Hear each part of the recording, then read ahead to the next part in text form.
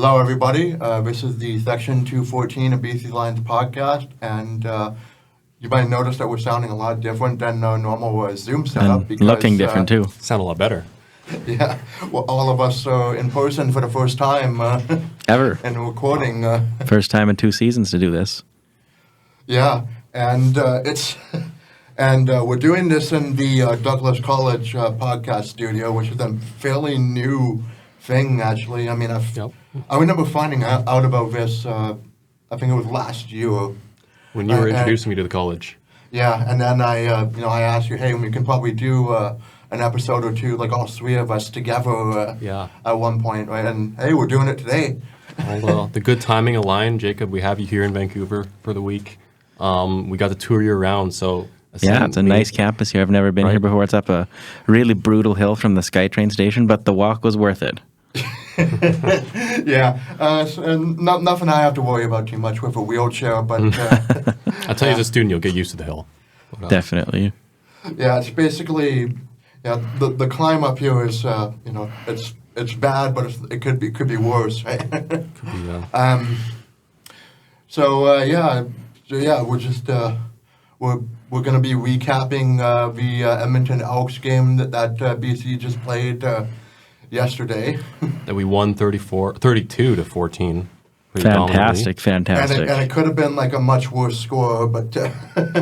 we held back. We'll talk about that in the gut check later on, but there's a couple of things I want to get off the hop before we get into the episode. I was... For one thing, on Tuesday, I was actually over at the Goodco... Bars? Yeah, bar. Yeah, Goodco bar in Vancouver. I was able to, get in on, looking in on the First and Now podcast. That's the Lions official podcast that they're doing, right? So I kind of visited them. I said hi. I took pictures with Nathan Work and Josh Woods, who was... present, and I quite enjoyed those at that time, though. I was going to say that you're the second of our 3 podcast members to have met Nathan Rourke. I obviously met him on the street in Victoria at Touchdown Pacific last year, and you mentioned to him that... I did, yeah. He surprisingly remembered you from... before that game, and I'm like, man, he's got even better memory than I do, because I'm usually the one that remembers just minute details of my life that easily, right? But, yeah. That is so funny. And quarterback's minds just work in different ways, right? The amount of play calls I must remember, yeah. Yeah, something I could never do. I can't even remember what we're going to talk about unless I'm literally reading from the screen here, so...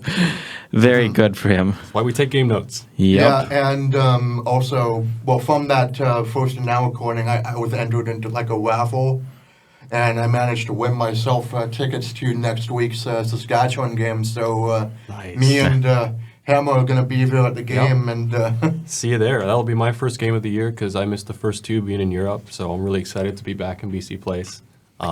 Great matchup, too, against the Riders. Going to be lots of away fans there, so it should be a good, intense battle.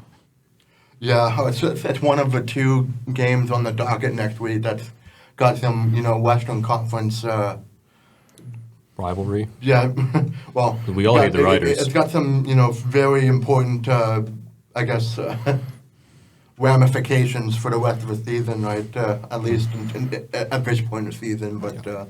We want to get ahead of, they're 5-1 now, but we want to get a foot in the season series as we lost the first game on the road a couple weeks ago. Yeah, so. And if we do beat Saskatchewan next week, it'll be... I think we play them twice more this year, don't we? If memory serves, I think we do, which means we would have... I'm going to look that up right now just to double check, but I believe we play them twice more this year, which means we win the next 2 games, and that's the season series. You'd hope. Yeah, we already went for a Winnipeg game, so we're leaving it up to the rest of the league to help us out on that front. But well, we are tied with them in the standings now, aren't we? Yeah, which is, Thanks, Fernand. Yes, we do play Saskatchewan again. As in week 21, unfortunately, it is a road game. So to win the season series, we are going to have to go into Regina and get a win on the last game of the season. Last game of the season, oh boy. I hope that has implications, because end of last year is pretty meaningless. Yeah, it sure the last was. game, we were nowhere near competitive in our last game against them, but this one should be more of a tighter one. But but it'd be a perfect segue into like the gut check of this game, because this game was like not tight whatsoever. Nope. Right, this was just an absolute, just wall-to-wall domination by the Lions. Just truly a fantastic game. Where has this team been all year? Where is this team last year? I don't even remember. I think the last time they had a win this dominant that I can remember was the 2023. It was the Montreal game. The last season, it was we beat them like 27-3. But okay, yeah.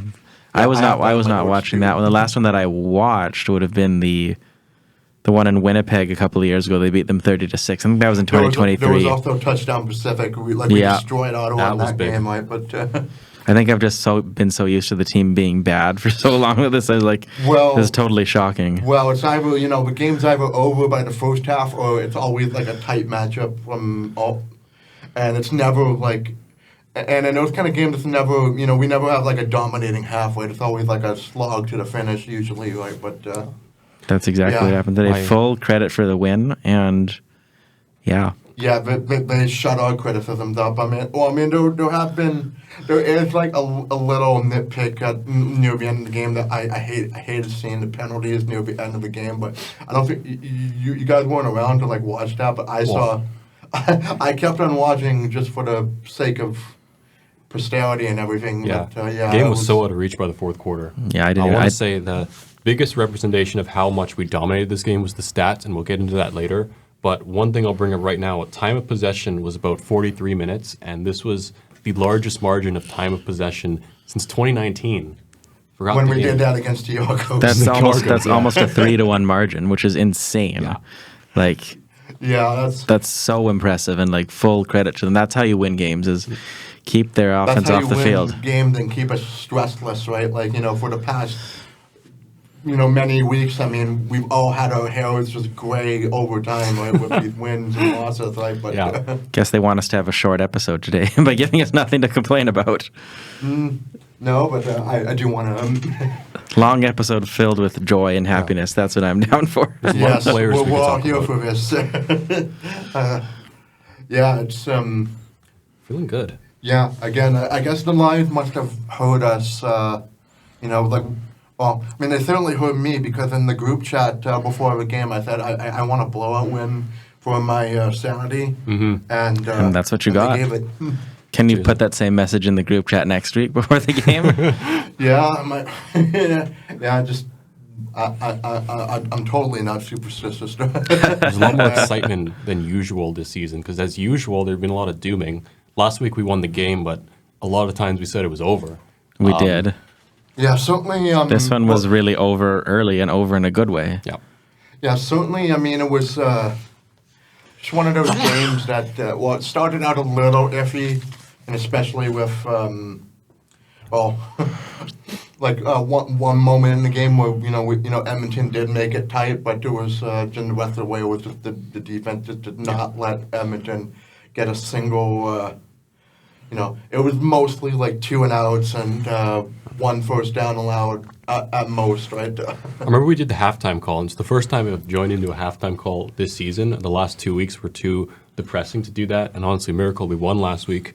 But we were leading 24-7 at halftime, and we're like, that's 2 and a bit more possession. And we were It's a still 3-score terrified game. that we could blow his lead, Yes. because we're pessimistic as hell sometimes. It's the BC Lions experience. I remember in our, I didn't join the halftime call, but I remembered in our group chat, you two were very, very happy, and I put at the end, there's still a long way to go in all caps. Because I didn't The TSN announcers were also reminding us that there's a lot of time left, and I'm going, we'll see about that. And then, the Lions. Spoiler alert, the Elks did not score more points than we did at halftime. Like the whole game, Elks scored 14, we were up 24 at halftime. So I remember, and also I remember on the CFL subreddit, the accurate big, the Lions fan that travels the game, like he posted a photo of the board, right, and it said, funnily enough, it said like 16 minutes in the third quarter, which was impossible. Because that would have been halftime, I guess. He just like threw that photo up, and then I looked at it and went, my God, this is the Monet painting for football. waited so long to see that. Yeah, I mean, we might as well get into the statistics here too, just to really hammer that point home. There's some fun ones. Because for one thing, like Nathan Rourke, I mean, he followed up his well, he had a good game against Montreal, but he just was on fire in this one. Like he had 26 out of 30 completions. That's fantastic. I don't do that well in my exams. That's definitely like That's like an A plus. Like that's the best thing ever. Oh my goodness. For multiple choice, right? Yeah. So 26 out of 30. It was 345 yards on passing, 2 touchdowns, and the one blemish being his interception. But That wasn't really his fault. I mean, it was very unlucky. Yeah. We'll talk about that. yeah, 11.5 average per throw, and he also tacked on like some 8 rushing yards on 2 carries. But yeah, just Pretty well a perfect game. That pick was not his fault. And a little plug here. I think if there's like a fluky deflection like that, they shouldn't count it against the quarterback. Just count it as like against the team or something. 'Cause that's totally not his fault. offensive line kind of interception. Yeah, like a Also- bench minor kind of thing in hockey. Oh. I want to point out he had 240 yards at halftime, and Wow. we were raving about that in the call. We're like, man, he's easily hitting 300, could hit 400. And they didn't throw as much in the second half because why do you need to? You run the ball to waste the clock. But yeah, Well, solid I'll get performance. into, well, for one thing, Edmonton, like, I'm going to criticize them here for not committing to the run game. For, Yes. For most, for you know, at least some of the game for sure, just for different effect. But I'll get into our running game for one. Butler, he was also just as incredible. He had 30 carries Wow. for 172 yards and 1 touchdown, and he had 5.7 average for yards. So he's That's fantastic. making easy first downs pretty much every single one of his runs. Right, and that's massive. And of course, like he had a 38-yard one, which was his longest, right? So, yeah, we've just been blessed with quality running backs for decades, right? Just We had Stanback last year. stand back, and back then to- of course, and then Andrew Harris for a bit, and then Butler 3 years ago. yeah. It's good to have him back, honestly. He's been so good some of these games and he's really taken over. I remember the Saskatchewan game, we had a very dominant first half. He's got to keep it up for us. Yeah. And then, Butler tacked on 3 catches on 5 targets for 35 yards, 11.7 on average, and his longest catch was 16. So, yeah, that was pretty much just one of those. We would have, we were waiting for a game like this because we were the victims of like so many running backs having incredible games against their defense, right? Roulette. The last place D1 defense. Yeah. That's one thing we were looking out for at the beginning of the game. We're like, hey, Trade 4 is a really good runner, and they should run the ball more because obviously run D has been very bad all year. So And they shut him didn't. down. Yeah. Yeah, and then, speaking of receiver effect for BC, Hatcher had actually a perfect game. He had 9 catches on 9 targets for 130 yards, no touchdowns, a 14.4 average. His longest catch was 41. Yeah, that's the Hatcher Mind-boggling. you want to see every game, right? Mind-boggling in a good way. When do I ever say that? And Berryhill also went off. Well, I mean, most of the guys went off, but especially Hatcher and Berryhill here, who had 6 catches on 7 targets for 80 yards, Wow. 1 touchdown, and 13.3 average. And his longest was 33. Katoy was also perfect. He was 6 catches on 6 targets for 74 yards, a touchdown, 12.3 average, and his longest was 23. And here's a surprising thing I noticed in the stats here. I mean, Abraham, no surprise, because they only had 1 catch for 14 yards Because he never gets targets. on 2 targets, very low amount of targets, which is funny. Yeah. But McInnes, he only had the 1 catch for 12. McInnes, he had a very quiet game, and he's one of our big receivers. Our right? MOP candidate last year. I just want to highlight, and I've talked about this in many different episodes, but how deep our receiving core is and how well we've been able to replace all these big receivers that we've lost over the years. We lost Dominic Rhymes. We lost Alexander Hollins. Brian Burnham. Brian Burnham, yeah.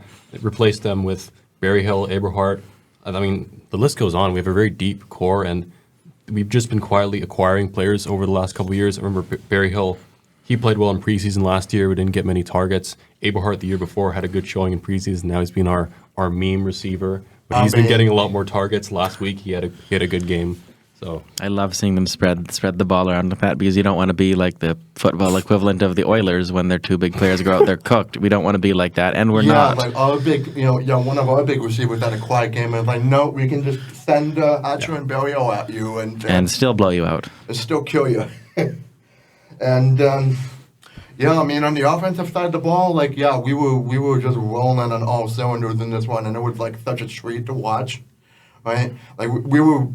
It felt like redemption for the team after we've seen them like be offensively stymied so often. For the most part, like over these past few games, and certainly last year at points too. But yeah, this was phenomenal. Great. Such a good watch. Also being great was our defense, even though like it doesn't really show too much on. In terms of like sacks, interception and stuff, I mean, we only had the one sack on Trey Ford. It was Betts, my favorite defensive player. Yep. One interception was Peters, and that interception was like actually incredible. Yes. Right. Really stripped the ball out of the receiver's hands and timed his run well. Just a huge play to it saved. Would have been a 30, 40 plus yard catch. Probably a touchdown. Yeah, probably, and he saved the play, yeah, probably saved, the rest of the game, right? Because I think it would have been a title game had the Elks receiver caught that. But, yeah, big momentum-changing play like that, absolutely, yeah. And he snuffed it out.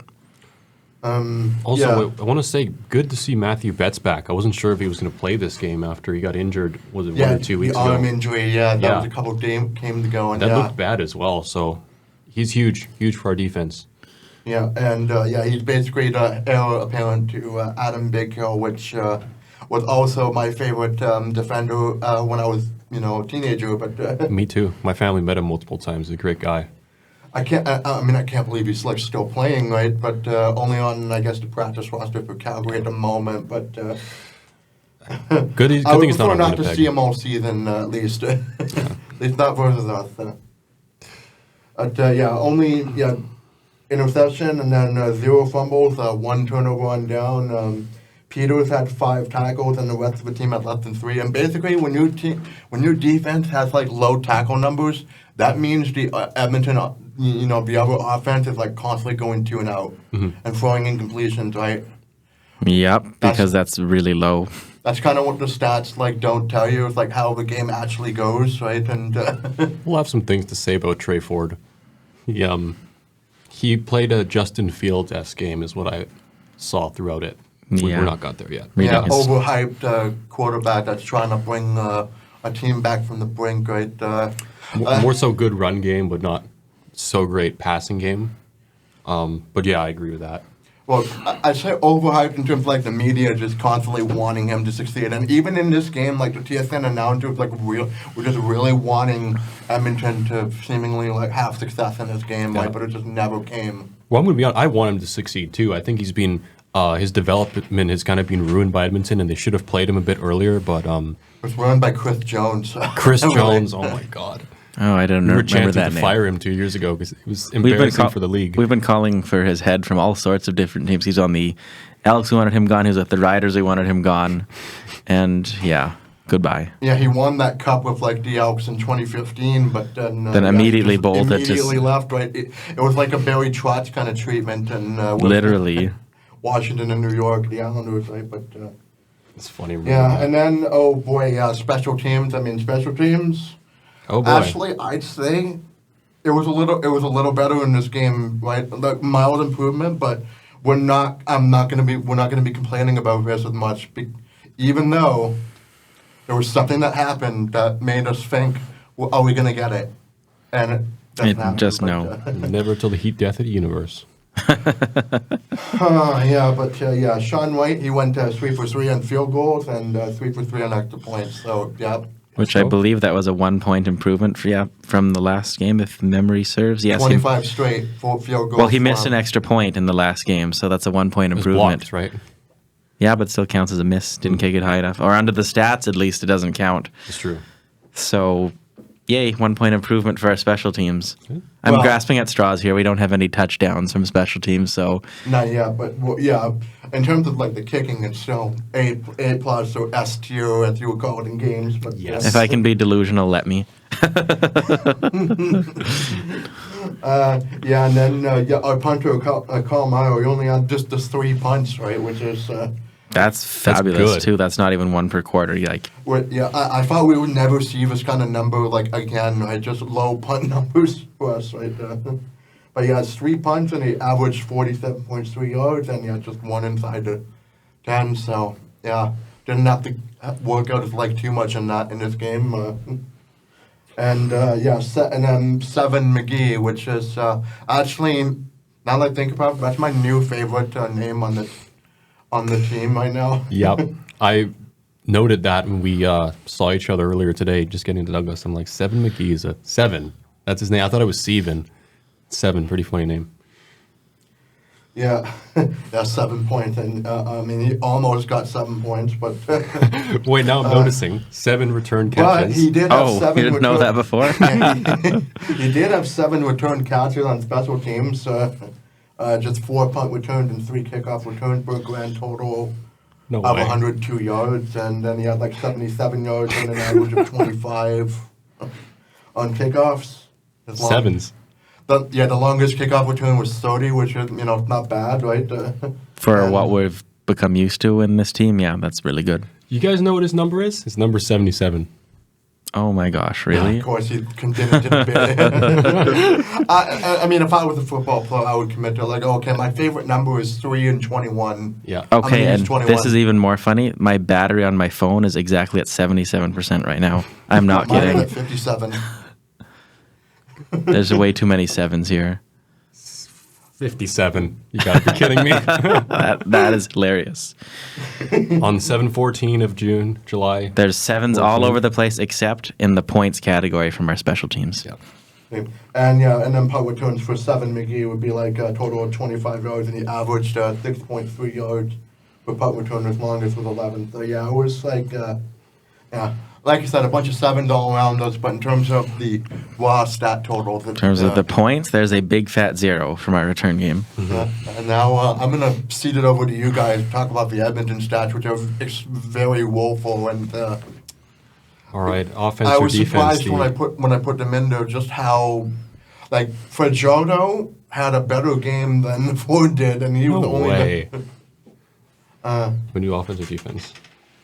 You can do offense if you want. I don't know, whatever you want. Offense, because this was the big debate, the quarterbacks. And there was a screen cap at halftime comparing the yards between Rourke and Trey Ford. So I'll go back to BC's for a moment. Remember, Rourke had 345 yards, 26 for 30. Edmonton's quarterback, Trey Ford, 4 for 12 for 34 yards, with 1 interception, averaging 3.4 per throw. That's pitiful. I'm Yeah, sorry. Just pretty bad. pitiful. 47 rushing yards on 4 carries, averaging 11.8. That's And I pretty good. That's I pretty thought good. he was good, and we've known, the CFL knows that he's a good runner, and I'm surprised they didn't utilize that more because our run defense has been very bad all year. Worst in the league, actually. Yeah. Yeah. Cody Fajardo, so the veteran backup quarterback, Grey Cup winner, 5 for 7 for 78 yards with 1 TD, averaging 11.8 per throw, longest being 31, then 13 rushing yards on 3 carries, also for a TD. And I found this very funny. At halftime, Fajardo's line was 1 carry for 1 yard for 1 touchdown, averaging 1. This That's longest funny. being 1. But yeah, you notice he was played in the fourth quarter as Ford got pulled. And that's respectable numbers for 1 quarter. You can't really complain about that. That's true. Yeah, and it's funny that, Fajardo had, like, good numbers in garbage time, and already the conversation was like, okay, are they going to sit forward for Fajardo for the next game, right? Are they going to try it? Because I'm going, I don't think so. Hey, if they have a proven quarterback on their bench, I think they should do it. I mean, Trey Ford has been almost like an experiment. And Yeah, his confidence And the has experiment gone definitely wrong. put his shot. Well, I mean, he had that pretty good game against Ottawa, but then he faced us, and I do want him to succeed. I do feel bad for him. I think his development has been kind of messed up by Edmonton. We said this earlier, but I should move on here. Running back, Justin Rankin, 3 carries for 4 yards. Wow. What? Am I reading that correctly? That feels like a typo, but it's not. It's not. I checked over.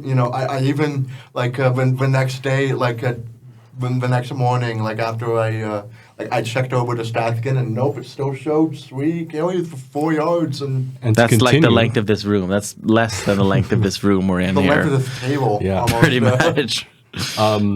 And 3 carries for 4 yards, and his longest run was 4 yards. So that means 3 So we had runs 2 of. carries with no gain, and then just the one with 4 yards, right? I almost want to watch this game over again because these stats are something. And I watched the highlights That's earlier. unbelievable, honestly. Poor guy.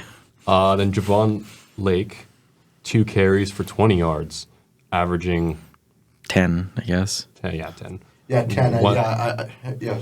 I'll add a zero in there. Yeah, and then both running backs got just a 1 target, right? And then no, it was incompletions, right? But Trey Ford was really good when he was running. Yeah, I mean, it is comical, how much our running game was just better in every way than theirs, right? And the defense just shut them down, right? Well, the tables have turned for once because it's not usually like that. Receivers, Giddens Jr., 3 catches on 3 targets for 55 yards, 1 touchdown, longest being 31, which was a touchdown. Dunbar Jr., 2 for 5 for 28 yards. I believe he was the one who was picked off by Gary Peters. Kyrus Jackson, 2 catches on 3 targets for 15 yards, averaging 7.5, longest 11. Middlemost, 1 for 1 for 9 yards, and Julian Grant, 1 catch on 4 targets for 5 yards. Yeah, Julian Grant is one of their big target receivers too, right? Mm-hmm. Well, supposed to be. I mean, they basically Edmonton in the offseason, they kind of revamped a lot of their defense and special teams, and then they forgot about the offense. And I mean, these are good receivers on their own, right? But as a unit, they haven't really done anything to help them out, right?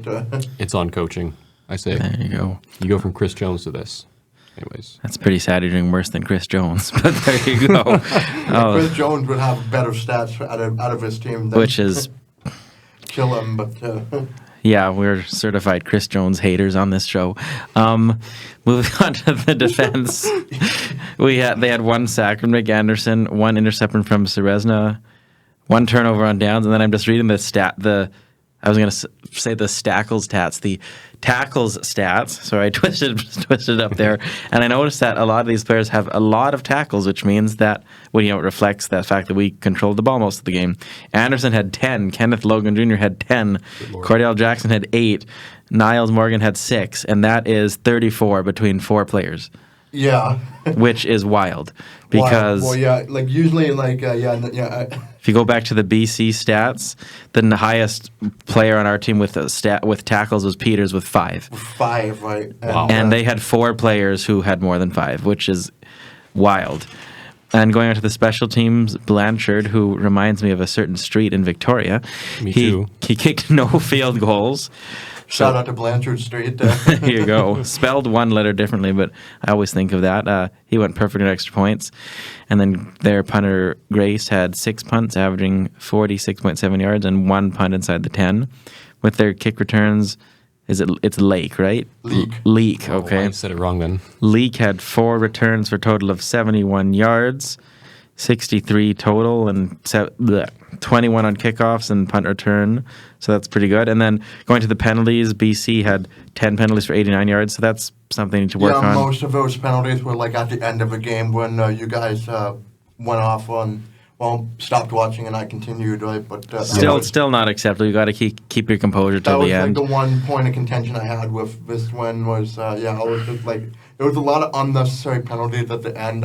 It's kicking Edmonton Water down, right? I mean, I know sports is a very cutthroat kind of thing, right? But it's come on, win with class, guys. And also, it's not going to affect the outcome of the game, but it could lead to suspensions or fines. Mm-hmm. We've already had a lost to Ray. suspension after our last win. Right? Exactly. So, don't do that kind of BS Last But have he's no going to be back talent. for the next one. So Last week we took 146 yards of penalties, which is it's just insane. That's way too much. But I don't even want to say this is improvement because 89 is still pretty bad. But well, I mean, in the grand scheme of things, I'd say it was an improvement, but Yeah. only because, like, most of the game it was low penalties, and then like Yeah. it exploded at the end, right? But it didn't matter. timing. That's mean- what we said last week. Timing is a big thing. The time of possession was just crazy. BC 42-54, Edmonton 17-06. As I said before, roughly a 3-1 margin, which like I think you said it was 2019 the last time that happened, and obviously I don't remember that game. That was a very long time ago. So Oh yeah, did you say that Edmonton had 7 penalties? I think. 7 penalties for 55 Yeah. yards, which is Standard. decent. Yeah. Yeah, there were definitely some penalties that Edmonton took that I thought was going to be on BC, and that was like another point of pessimism for us because we were so used to penalties going against us that like when it goes against the other team, we go, oh, that's a surprise. But we're not complaining about that. No. Yeah, so that was like the stats read. So we're just gonna get into the recap, and I mean it might be, like for our recording setup here. I mean, like I'm used to having it up on my computer to read while I'm on a Zoom call, but instead I just have it on my phone here. Yep. And I'm constantly trying to keep it turned on, right? You guys got your phones. I got my laptop here. Same Well, device I record on at home. Yeah. Well, we're gonna. I said I'm gonna talk about. Well, I'm thinking a lot of our recap is just gonna be on this first half, really, because like The a lot fourth of stuff quarter, happened, there was- including crazy penalty negating thing that happened, right? But yeah, get to so Which is they the penalty stats don't always reflect is because a holding or an illegal block on a punt return. Spoiler that I kind of gave it away, but they count it as a 10-yard penalty. But when it wipes out a huge return and potentially a touchdown, it's worth a lot more than 10 yards. So the stats are a little bit misleading in that way. Good point. yeah, that's kind of why I combine the stats with the recap portion just so we can Contextualize it because contextualize it better, right? But there's a rant for a bye-week episode right yeah. there. All right, should I get going with the game recap? Go for it. Yeah. So, BC Lions, we have the worst rushing defense, allowing 130 yards of rushing on average every game. What we both noticed is that the Lions were wearing orange socks with their uniforms. Orange socks, black pants, and gray uniforms. I thought it was a very sharp combo. And Absolutely. I'm wearing Lions socks for this recording too. Just I noticed that when I saw you for the first time. Really cool. We're all wearing Lions gear here. We got a picture up on screen, obviously. Yeah. Opening kickoff. McKee set to return the opening kickoff. Gets it to the BC 30. Few small plays to start off the half for first down. BC got to a 3rd and 1. Musoli got the first down, but he moved the ball too early for a procedure, so BC were forced to punt I on was their first so drive. mad about that. Like, oh my gosh. yeah. And this won't be the last time you hear this guy's name.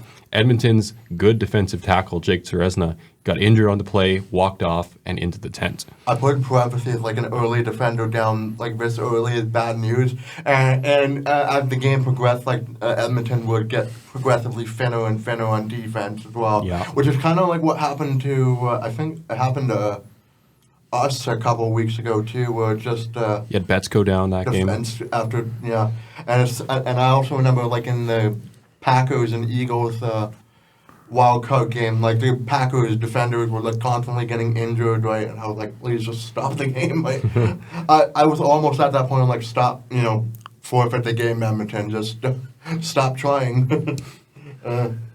Yeah, so 3 minutes, 30 seconds had passed. Edmonton had the ball. They started on their own 9 after an illegal block. Trey Ford, he ran for a 16-yard first down. That's when you noted our run D has been pretty bad, so can't let this guy run. Yeah, it was like, the first moments of Edmonton's offense, it was just, Ford was just running around us like Patrick Mahomes does all the time, and we're just getting annoyed by that, right? Yeah. As Chiefs haters ourselves, right, for different reasons. Then Edmonton, they gained a second straight first down on second down, and then on second down again, Ford ran for 18 yards. BC D-line did not pressure him at all. And then he switched to throwing. Trey Ford, a deep shot downfield, aiming for Dunbar Jr., and it was picked off by Gary Peters.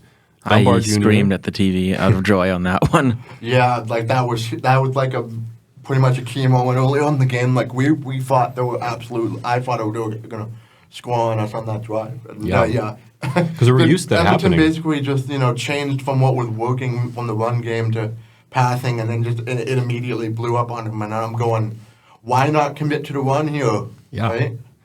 Yeah, What gives? that was an overthrow and also an underthrow. The Dunbar Jr. had a step forward, but the throw was too short. So Peters, who was trailing him, got the ball, wrestled with his arms Yeah, a he bit. fought with him too. That was a very impressive interception to happen, right? Like A lot of strength. compared to when we throw interception, just like fluky madness and then Deflects others off are, like 3 different tough. bodies and an arm. But this one, he also managed not to take a penalty on the play, so Yeah. really, really good. So BC got the ball back on their own 10 with 6 minutes left. First down, Rourke. He passed down the middle to Berryhill for a 22-yard gain. 2 plays later, 2nd and 5. Rourke passed to the left to James Butler first down. On 2nd and 4, Rourke found a gap downfield for Katoy for a 23-yard gain. Then on 2nd and 3 on Edmonton's 31, Seresna, who'd returned to the game, pretty big addition to Edmonton. Edmonton went offside on that play for BC first down. We were pushing. BC didn't go any further there, so Rourke had his first incompletion of the game on 2nd and 9. Which is like it was a sign of things to come in this game. But on this drive, like he was particularly efficient and getting us into field goal range, right? Yeah. The fact that it took that long to have an first incompletion, And fantastic. Yeah, that was another like important part of like those drives, right? That with the time of possession is that it just chews up a bunch of clock, right? It just limits like so much what Edmonton can do. I mean, I did say that I criticized them for not committing to a run game, but then our defense, like by design, just said you're not going to be running anyways, right? Because you have to pass now, right?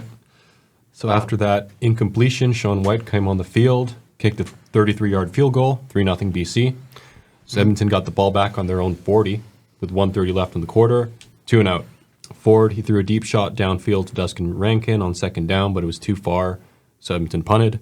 We got the ball back with 30 seconds left, and Rourke and Hatcher created a first down, and the quarter ended. Second quarter, we had the ball started off on our own 50.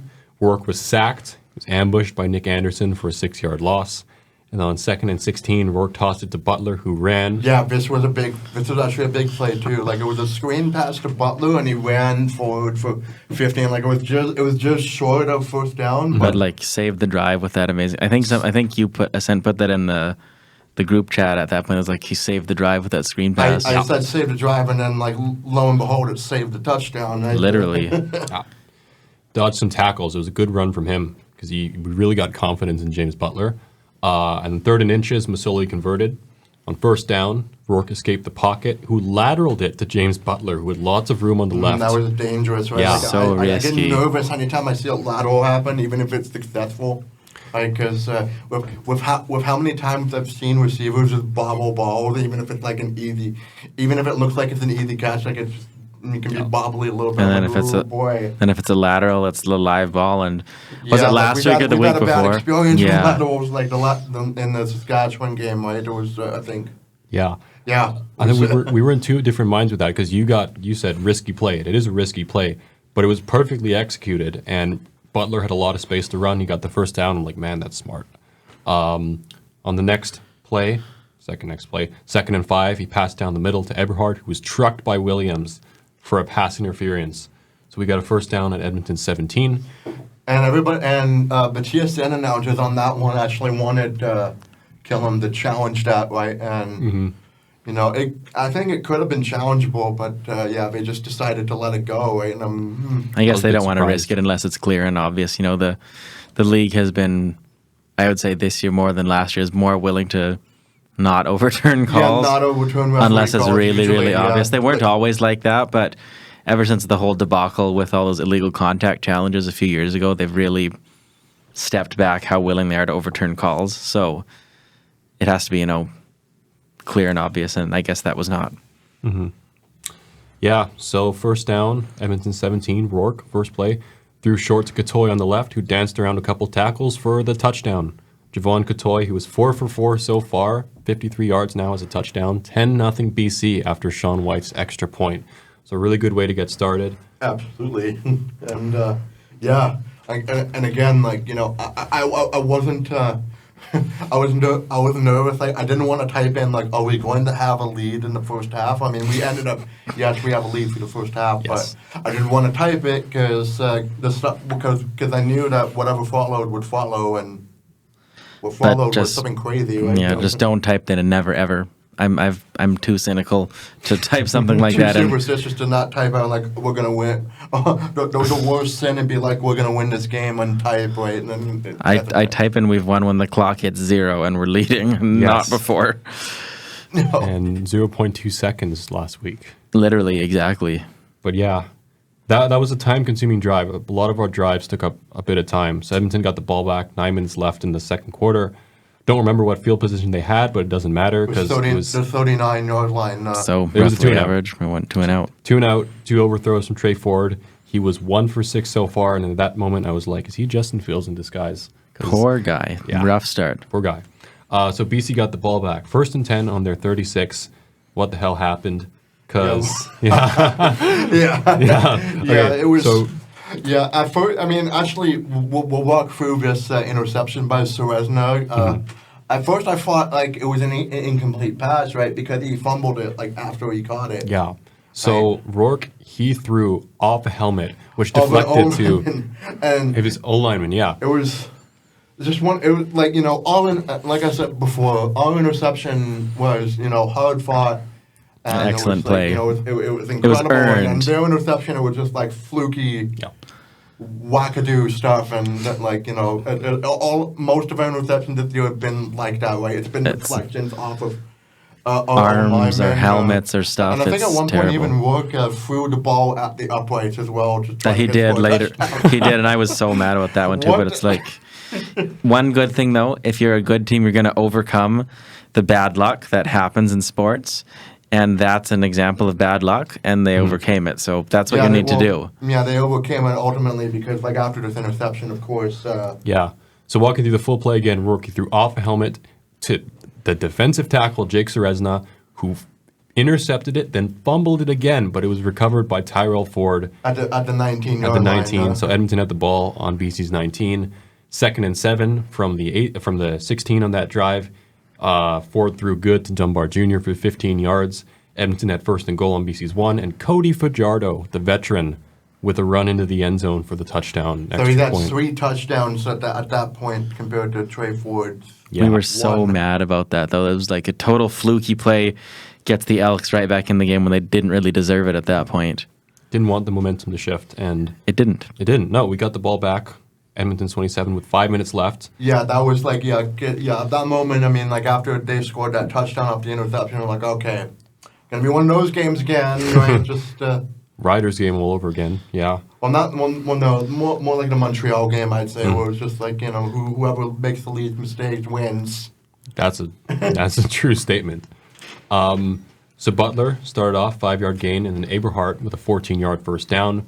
We had 1st and down on BC's 47. Fork, he took some time, threw downfield to Berryhill for a 33-yard gain, and also on that play was roughing the passer by Serezna, advancing BC at further 15 yards to Edmonton's 21. As I mentioned, eventful first half from Serezna. He got injured, went to the tent, came back, got an interception, fumbled, which was recovered. Also roughing the passer, the penalty. On the Spoiler alert, scoreboard and stat sheet in all the ways. Yeah, all over the place. I mean, and it's funny, like, he didn't even show up in statistics that he had, like, one of, well, I'd say, like, Serezna was, like, the most, I guess, I can't find the word I'm looking for. It's, like, the most prominent Yes. defender in terms of eventful defensive football from him right there. And then, not to mention, this is a spoiler for later in the game, but he got injured and got carted off. So, wish him That's the best. too bad. Yeah, hope he gets well soon. Awful, yeah. Yeah, so first down on Edmonton's 21. James Butler runs for 6 yards, and on the next play, he powers through Edmonton's D-line for a 15-yard touchdown. James Butler with 50 yards so far, but nothing bigger than those Maybe 15. his real name should be James Oliveira after that. Yes. Oh, He looked like him out there. yeah, it's funny because, well, I know Oliveira came back for last week's, I think, game. I think it was against Calgary. He was stymied in that one, right? Like I'm like, Get nightmares. So maybe James Butler got his powers in this one, right? Maybe because we're close in the terms of distance, right, between Edmonton and Winnipeg. But Okay. yeah, So Edmonton got the ball back. They did nothing with it. So Edmonton punted with 2 minutes left.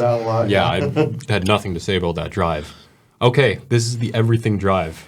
no, yeah, this was the thing that I said in the group chat. We're gonna talk about this ad nauseum for like 5 minutes, right? So I'll walk through it first. We were waiting for this moment for so long, right? And we'll walk you through this one. Yeah. So yeah, McGee, caught the punt, and then he went to the right side.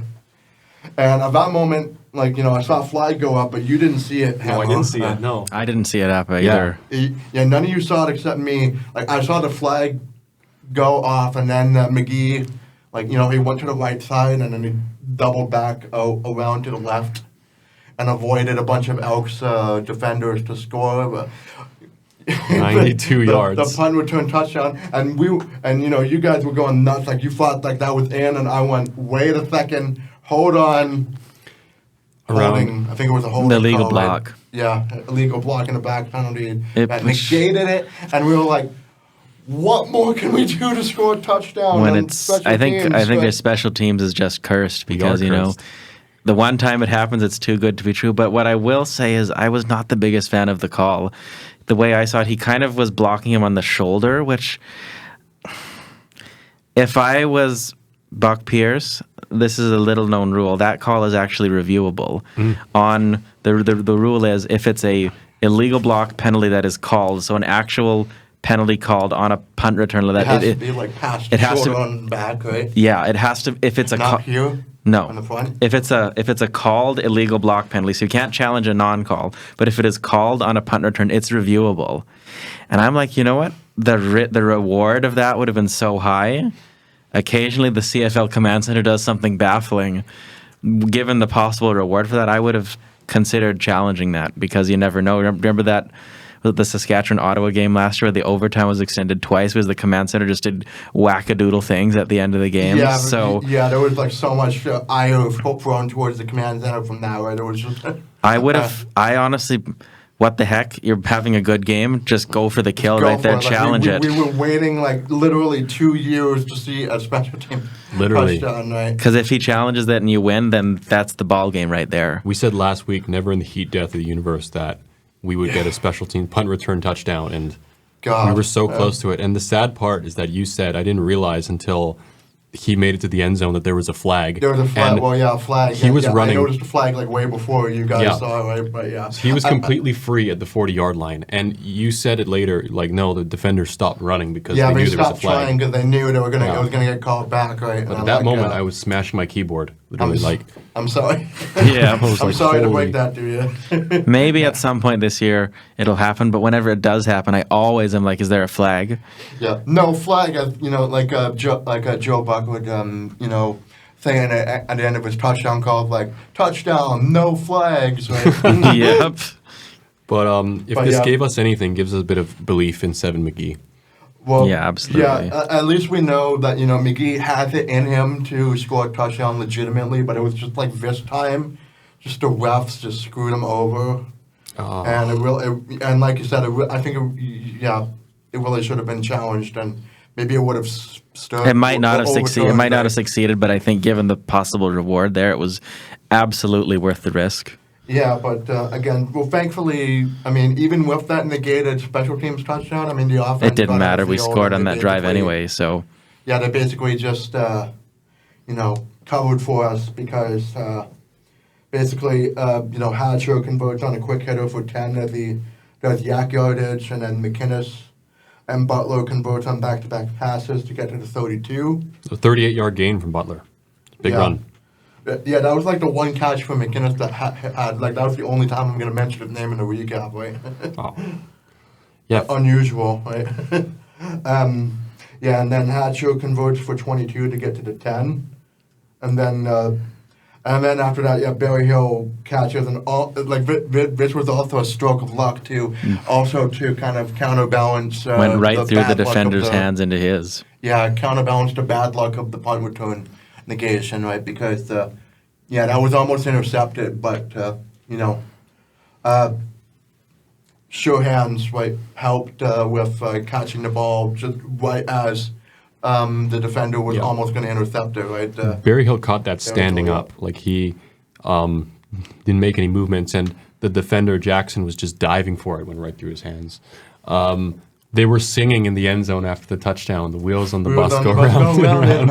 That is so funny. I love them. They're such a good group. Yeah, I mean, when you're having fun like this, like when your offense is clicking like that, like sure, sing whatever you want, right?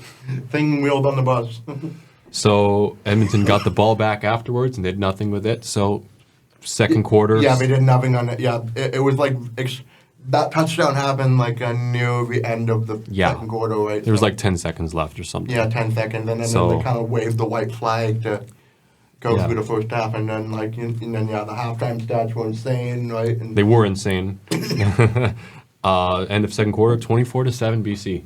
Probably our biggest halftime lead of the year. Yeah, finally, and then at that point, I could finally say that finally we have a lead. Yes. At the end of a half, right? At long last. It's been a long time since we've had that.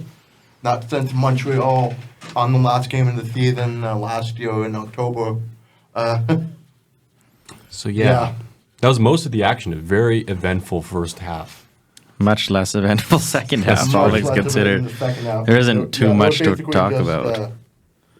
There was basically, it was just field goals and then garbage time touchdowns. But, I mean, I guess some notable things that I'll mention that I saw in the third quarter was like, we saw that,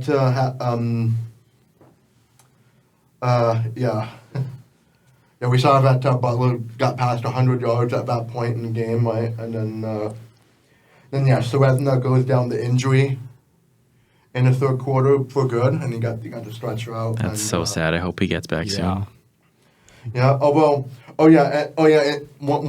Here's a point of criticism I actually forgot until I saw this now, but I mean, it didn't matter in the end. But BC had the ball deep in Edmonton territory, and they went for it on third down. It was like third and goal at the 6 or something, wasn't it? 6. No, at the 4, I think. 4, it was. And then. Yeah, Buck tries to go for it, and I go, why give them free momentum? Like, just kick a field goal. Especially when you're that far ahead in the game. It's not like you desperately needed the points. Yeah, but, I was worried that, Edmonton would use that. Well, even as much as their offense was struggling in the first half, I could still think that this is still, gettable. Right? Like, it's not a... It's still a gettable game, but I just thought that that was kind of a dumb gamble to do, right? But it didn't matter because but next drive, in a tighter game, I would have had even more anger towards it, right? But in that context, it didn't really matter. But the most exciting thing, the most football nerdy thing for me that was exciting with this game was right after that there was a holding call in the end zone, and by rule, that's a safety. Safety, yeah. And you said you never saw that happen before. Like I knew the rule was that would be a safety, but I didn't recall ever seeing it. When I've played Madden football, it's happened once or twice, but I don't think I've seen it in the CFL happen because most of the safeties in the CFL are when the punter takes a knee in the end zone. Or a quarterback gets sacked in their own end zone. Right? But I think I've seen it happen before a couple of times, but it was like, it's a very rare kind of situation to get a penalty to turn into a safety, right? It's funny how you said, so we turned over on downs at the 2-yard line, and so we basically gave up 3 points or more, but instead of gaining 3 points on a field goal, we got 2, so basically a field goal. And then because it's a safety, we get the ball back. Yeah. Oh my God. So it's like, even the Lions were like, okay, it's okay, Stan, we got you. And Literally. Okay, don't get too mad at us, right? Nope. Because, safety, basically just 2 out of 3 points. I'm happy with that. And then just scrolling through a little notes here. Not much notable. Not much, there was some illegal interference on BC. Okay. Yeah, fourth quarter, I will mention, the penalties at the end are pretty bad, but also, Josh Woods, one of the players I met at First and Now, he tackled Rankin for a loss on on first down, and then Betts sacked Ford on a deep drawback, and that was a loss of 17. Like that was a crazy. Wow. Don't know how on earth these do that. Backwards, right? He was like running all the way backwards, and like, oh no, he's gonna throw it away, and no, just took the sack, and Wild. I think that was the moment when Mark Killam decided to go to Fajardo, right? Because Yeah, I don't know how you can come back from that. no, I did say that I saw that TSN cameras were picking up Fajardo was like practicing his throws at that point, right? So okay. Quarterback controversy? Yeah, I think this is like so. Position player in baseball, pretty much. Like it's over. In pitching, right? And then basically, BC doesn't do much on offense, but BC scores a field goal to go. I think this game really should have been 32-7, but. I stopped taking notes after that field goal because I said Deontay Williams smacks Wank and hard on first down and a headshot because he did that twice now, right? Like in the first game, Williams headhunted an outcome in that game, and then he did the same thing. So he's got like a target on his back, right? Yeah. But don't do dumb stuff like that. That's how you get suspended. That's how you get a reputation with the referees. Just bad. Yeah, and it's and it's happened, to the same team twice. So yeah, no doubt in the third game because we play the Elks again on the second and last game of the season, I think. So yeah, we do. So I mean, only time will tell if that game's gonna mean anything to either team. But yeah. So anyways, I don't think it'll mean much for the Elks. Yeah. No, Go ahead and say probably that. not. Gittins scored a garbage time touchdown and a deep throw by Fajardo, shortened the lead to 32-14, and no more points are scored as the BC Lions dominate Edmonton from start to finish. I wish I could say that for the Oilers versus the Canucks, right? But Still bitter about 2024. Yeah. yeah. We I will forever dominated hate the Edmonton Elks sports. from start to finish with 519 net yards to 160 Good Lord. For a win and keeps us easily in a playoff spot. at 500 as well. Like we were on the precipice of 1-4 last week, and here we are in Douglas College. Like we're recording, we're talking about 500 now. And two Thank God. straight wins, and we're only 2 points or one yeah. game behind first place. I mean, we have played more games than anyone in the division. Winnipeg also has 3 wins, but they've played 4 games. We've played 6. I think the more we're gonna. At this kind of a winning pace, I think we would be in a lock for a crossover at the very least. We're currently a full 2 games ahead of Toronto. Yeah. Which means if the playoffs started today, we'd be heading to Montreal. So maybe that's good news. Yeah. Oh yeah. The last time we had a playoff game in Montreal, it ended really badly. It was 2018 or 2019. We don't have a lot of good luck in crossovers. Yeah. The thing We've is, won one crossover game in our history, and that was in 2009. No. We had another crossover game against Montreal in 2014, and I remember there was. But we didn't win that one. Yeah, that was a blowout win. That was that was a blowout loss for BC. There was a guy with long hair, he's called Clipboard Jesus. I forgot his name. I remember he went off. Crompton. Crompton, right? yeah, that's his name. Oh man, that's a throwback. Yeah. Well, it's a throwback for me at least, right? Not the older CFL fan, but for me it was Crompton. Yeah, boy. I want to mention Those post-Calvillo Alouettes years were painful. it's an analogy I want to mention. I've mentioned this a couple times in previous episodes. Wally Buono said there's 3/3 of the season. We've just gone past the first third of it, and we are 3-3.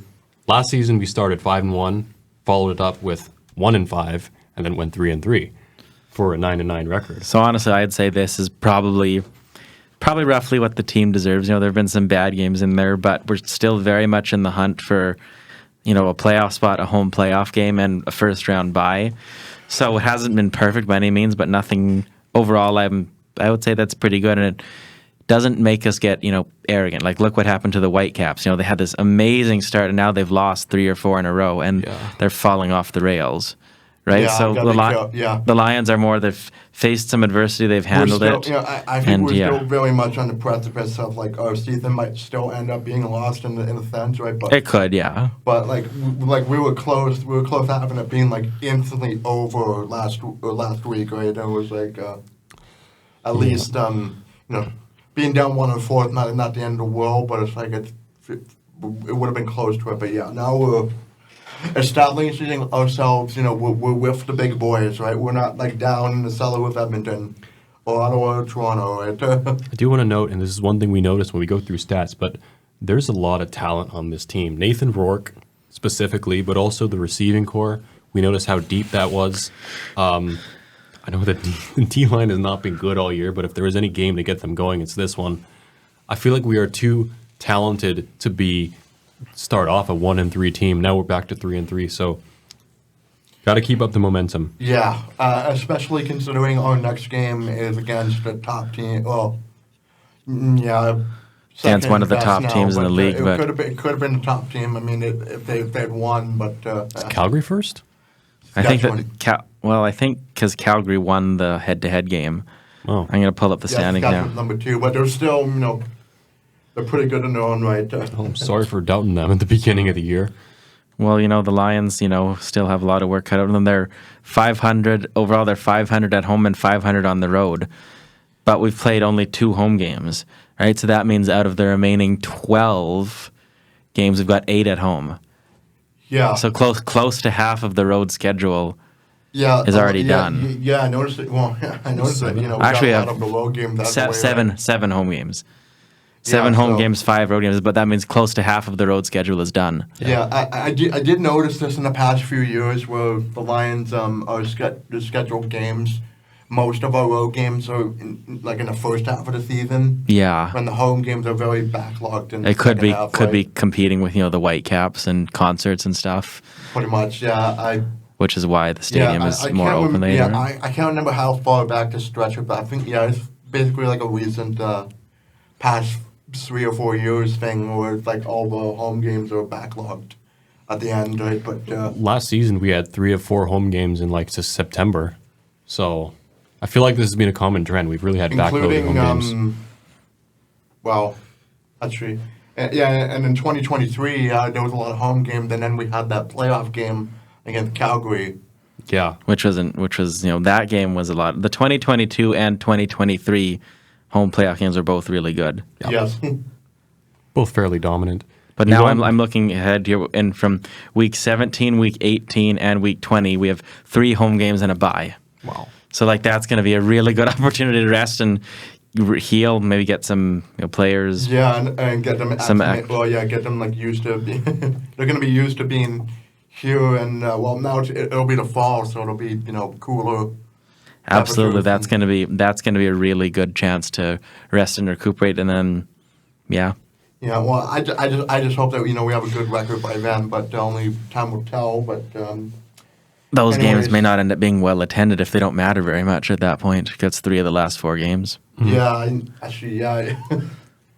The home openers get a lot of fans, but because the concert kickoff, because of the music, right? And yeah, that's why it's important they win that game, and they've won the home opener the last 3-4 every year years. Every year they've done a concert. Yeah, they have. You want those fans to keep coming back. Mm-hmm. And I was gonna say I wanted to transition a little bit into just talking about the week that was, and also the last the week 5 game on Sunday. Yeah, singular. That was Edmonton beating Ottawa 39-33. So they expelled a lot of their points on that game. They kind of blew their load too much on that one. That was a high, that was a high scoring one. I remember in the Senators Discord with the Red Blacks fans, I was following along with them, and they were man, they're in an even worse spot than us. They're already looking forward to the Senators, and of course they're continuing to enjoy the Blue Jays, of course. But I am enjoying them a lot right now. Yeah, Orioles fan. No, Edmonton, they blew their load on that win, and then they came back and then laid an absolute egg against us. Right, good. Happy with that. I do also want to say I do kind of take stock into like the team that you are playing against. Like if you watch them play a game beforehand, and depending on if they win or lose, I'm like, okay, Edmonton won this game, right? So I'm like, okay, we have a good chance to win because they won, right? But if they had lost, then I would have been more terrified that they would win, right? Because law of averages would say that they should win at least once, right, at some point. But instead the opposite happened. And then in week 6, Calgary. Oh, long game. Yeah, Calgary. That was a very long game. Well, it was a delayed game as well. It went. It was supposed to be a Friday night football game, but it was delayed because of the smoke from the wildfires in the north. Which was a massive L for the CFL. Like you don't wait 3 hours to tell everybody the game is canceled. I know that's what the protocols say, but it should be obvious with the smoke and predicting whether that you can't play that kind of game. Yeah, at least closer. Well, if it's closer to game time, and then you can call like a delay, delay the game to tomorrow, right? Instead of letting it play out until the late night, and then you say, and now it's delayed, right? That can't happen. He kept everybody hanging for multiple hours, and that's no fun. Yeah. No. But the Riders did treat their fans well after that. I think all season ticket holders went home with a $50 voucher, and every ticket holder got another ticket. So, good for Good on them. the organization. They Absolutely. didn't need to do that Yeah. because it was pretty much out of their control, but very good on them. I mean, those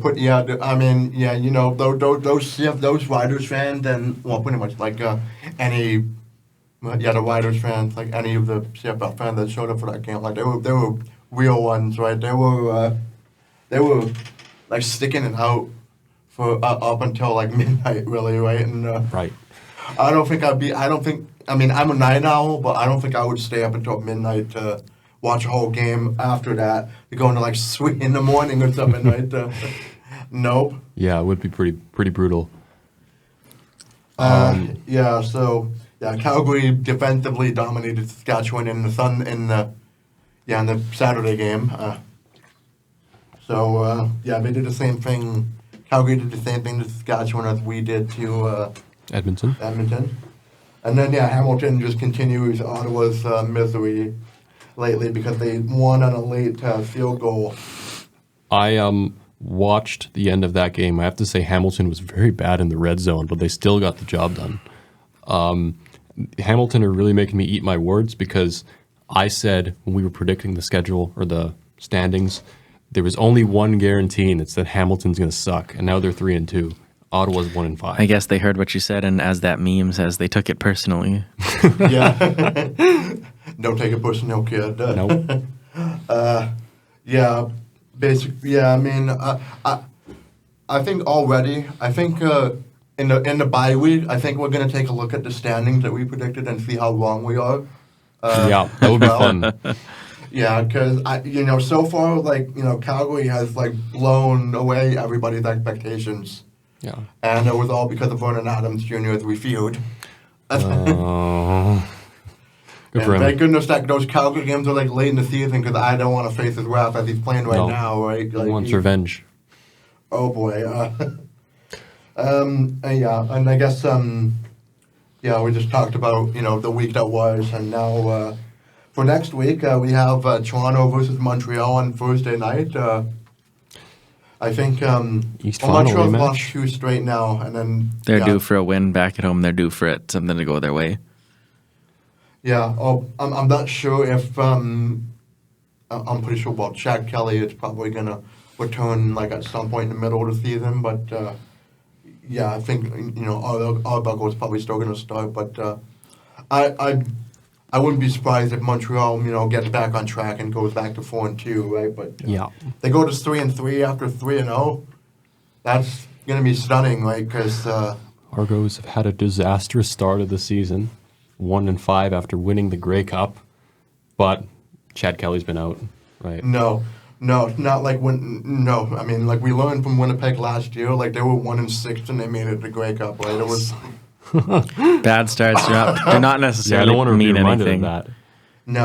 No, like we don't want to count them out until we see like E at the end of their name, or it's like they're so far out of it that we're good for calling them out. But yeah, so yeah, I think Montreal should get back on track after that heartbreaking loss to BC and win that one. And then yeah, we got like another kind of important Western Division tilt between Calgary and Winnipeg. And Who do we want to win this one? Who do we want to win? I have no clue because It would only be like a mile. Yeah. It's only because of the victory. standings. I would say you probably want to have Calgary win that because Winnipeg's played so many fewer games than the Lions. They're on like bye weeks. Yeah, I don't know how they've had 2 bye weeks and we've had 0. That doesn't make a whole lot of sense. But Weird. But Calgary took care of Winnipeg last time. Pretty dominant game from them. So definitely. see if they can do that again. Yeah. Well, I mean, I imagine like Winnipeg is like very sore after like getting destroyed by them in that last game too. Right? It was just, like, if it wasn't for our game against Edmonton, I'd say the Calgary game against Winnipeg was like the most lopsided game I've seen in the whole CFL. Right? even counting the Hamilton 50 burger against Toronto. Right? Oh goodness, whatever that game was. Oh yeah, and speaking of Hamilton, they're playing Ottawa. That's like a rematch of last week's game, but it's in Ottawa this time. So, I mean, I think Ottawa is due for a win here, but that's all I'm basing it on, really. It's You can never predict the East, really. The East, I mean, they've historically been the bad can division never of the predict the CFL. West even. Yeah. Yeah. So I wonder if this is a year we'll get a crossover back. Yeah. We've not had a crossover for a couple of years. Yeah, yeah. Like we do have to be paying attention to the East just to see what our crossover chances are like. Yeah. But yeah, and then yeah, we got our game is I believe the Saturday one. So we had the Edmonton game at the end of the week, and now ours is like in sort of like the middle, but farther along. We have a Sunday game this week and then Saturday next week. So Yeah. that's not too bad. I really hate it when it's like Sunday to Thursday. Those are rough. NFL teams have to do that a lot. Yeah, like once the NFL season starts in September, that's when the Sunday games disappear. Yeah. Yeah, so our game against Saskatchewan, for Saturday, which me and Ham are going to be going to. Yes, we are. And It'll be that's fun. yeah. The last time we went to I remember like the last time we went to a Riders game was pretty boring. Was Last year, July 13th, 1 year ago exactly from our win yesterday, we beat the Riders to advance to 5-1. We So did. that's how That much was a year changes. That was quite a memorable day. But also a memorable game against the Riders 3 years ago now, almost. We lost to them. I couldn't care less that we lost, but we all met for the first time. So that was the boring game. That was the boring game. Yeah, that was the boring game that we just had to sit through. But yeah, that was the first game where we decided to meet up at Section 214. Yeah. In front of that, and then we've had that as like a tradition. Anytime we see each other at games ever since. So I'm going Start to of be in something Section good. 215. No. Very, very close. Yeah. We'll see what section I'm in. Yeah. Oh. Yeah, hopefully, not too far away, so, we can get, like, some ample amount of halftime talk like we do. We'll make it happen. Whenever we're at home, but, Yeah. yeah, so, that long, we talked about the game, we talked about our recording situation here for the moment, right? Just like I hope this isn't a one-off thing, because, This is a lot of fun. You said it's like, you have like access. We hope we have like access to this podcast studio up until. Because obviously I'm no longer a Douglas College student. I'm transferring in 2 months. Although I'm technically I did take a course in this semester, so I should be until at least September. But we'll see how long I get my privileges to use the studio through my account. So And this has been really nice. Thank you to Douglas College Thank you for to Douglas College for providing us with this. Like this is incredible. It's been a great addition. soundproof room, right? I remember when you introduced me to the college, my second day here, we met up and we were you were touring me around the place, and we saw that this podcast studio was under they're currently constructing. Yeah, so I feel funny saying construction for a room, but anyway. It's really nice. They've got, microphones, headsets. They've got a fancy computer, plants. Yeah. We got 3 mics, all 3 of us. And got like a scarf. You can't see it in the recording, but we Hammer bought a scarf. Yeah, BC Lions scarf. I wore that to some of the games, however many years ago. But it's too bad we couldn't get a camera in here. But I think we got the audio to work out. That's what matters. So That's it's been what a lot of matters, fun. Yeah, and I hope it's come out well enough. Like it's our first time doing like a recording from with professional equipment like this, right? And it's Our next destination is Spud Shack for dinner. Absolutely. Yeah, I'm hungry. I'm also hungry. I haven't eaten all day, so I'm I'm probably gonna get like a large one. Yeah, they should sponsor us with all the free advertising they just got. We talked about them so much. Yeah, it's but shout out to them. They're so good. Yeah, shout out to Douglas College and Spud Shack. Spud Shack's like down the road from the college, but it's also like off the New West station on the Expo line, and it's very convenient. Yep. Yeah, I know. JS, you're not a fan of poutines, but there's other stuff that I'm probably going to get the fish and chips. Nice. Yeah, that's a good alternative. But so that'll do it for us for this episode today. We'll be back to our normal Zoom setup for next week's episode. But I'm going to, thankfully, we were supposed to have like a time limit in the studio, but because there was nobody after us or before us, we could spend theoretically hours in here talking about just summer semester things. Yeah, it's empty, but you don't want to listen to us for that long. No, 1 hour is enough. Yep.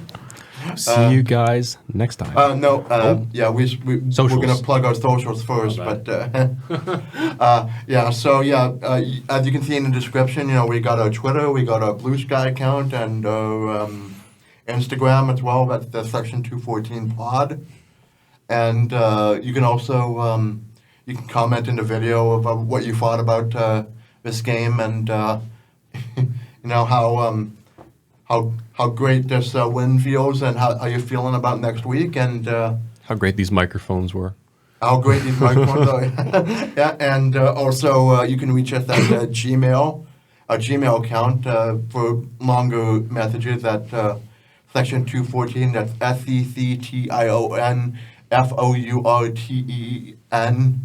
@gmail.com. And that'll also be in the description. Yeah, that's also in the description. But that's it's a long recording. I can see it through the Audacity program we're doing. But that's going to be it for us today. So I'll see you next week. See you next time. Bye. Bye-bye. See you next Sunday.